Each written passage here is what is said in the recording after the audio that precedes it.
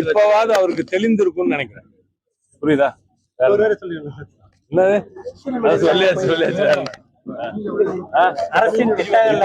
இப்போவாவது அவருக்கு அரசியல் தெளிவு பிறந்திருக்கும் என்று நான் நம்புகிறேன்.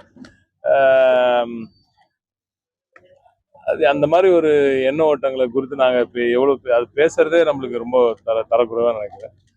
அவர்களோட அம்மையார் அவர்கள் பேரையும் அவங்க போட்டு நிறைய திட்டங்கள்லாம் செஞ்சாங்க. அப்ப அதையும் அவங்க செய்யக்கூடாதுன்னு நினைக்கிறாங்களா?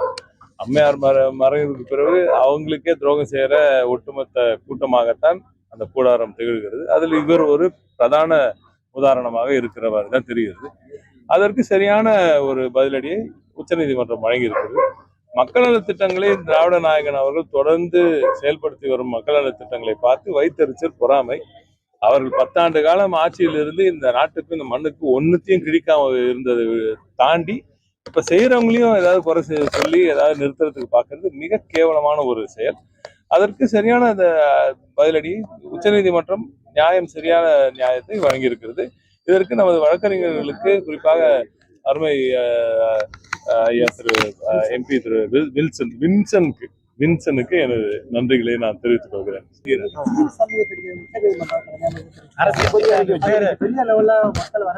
இப்பவாவது அவருக்கு தெளிந்திருக்கும்னு நினைக்கிறேன். புரியுதா?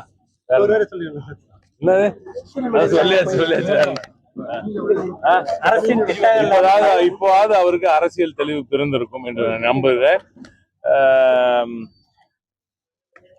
அது அந்த மாதிரி ஒரு எண்ண ஓட்டங்களை குறித்து நாங்க இப்ப எவ்வளவு அது பேசுறதே நம்மளுக்கு ரொம்ப தரக்குறைவா நினைக்கிறேன். அவர்களோட அம்மையார் அவர்கள் பேரையும் அவங்க போட்டு நிறைய திட்டங்கள்லாம் செஞ்சாங்க. அப்ப அதையும் அவங்க செய்யக்கூடாதுன்னு நினைக்கிறாங்களா? அம்மையார் மறைவுக்கு பிறகு அவங்களுக்கே துரோகம் செய்யற ஒட்டுமொத்த கூட்டமாகத்தான் அந்த கூடாரம் திகழ்கிறது. அதில் இவர் ஒரு பிரதான உதாரணமாக இருக்கிறவர் தான் தெரிகிறது.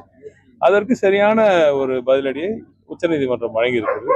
மக்கள் நல திட்டங்களை திராவிட நாயகன் அவர்கள் தொடர்ந்து செயல்படுத்தி வரும் மக்கள் நல திட்டங்களை பார்த்து வைத்தறிச்சல், பொறாமை.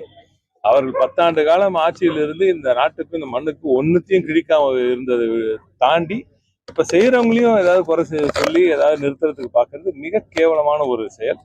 அதற்கு சரியான அந்த பதிலடி உச்சநீதிமன்றம் சரியான நியாயத்தை வழங்கி இருக்கிறது. இதற்கு நமது வழக்கறிஞர்களுக்கு குறிப்பாக அருமை திரு எம்பி திரு வின்சனுக்கு எனது நன்றிகளை நான் தெரிவித்துக் கொள்கிறேன்.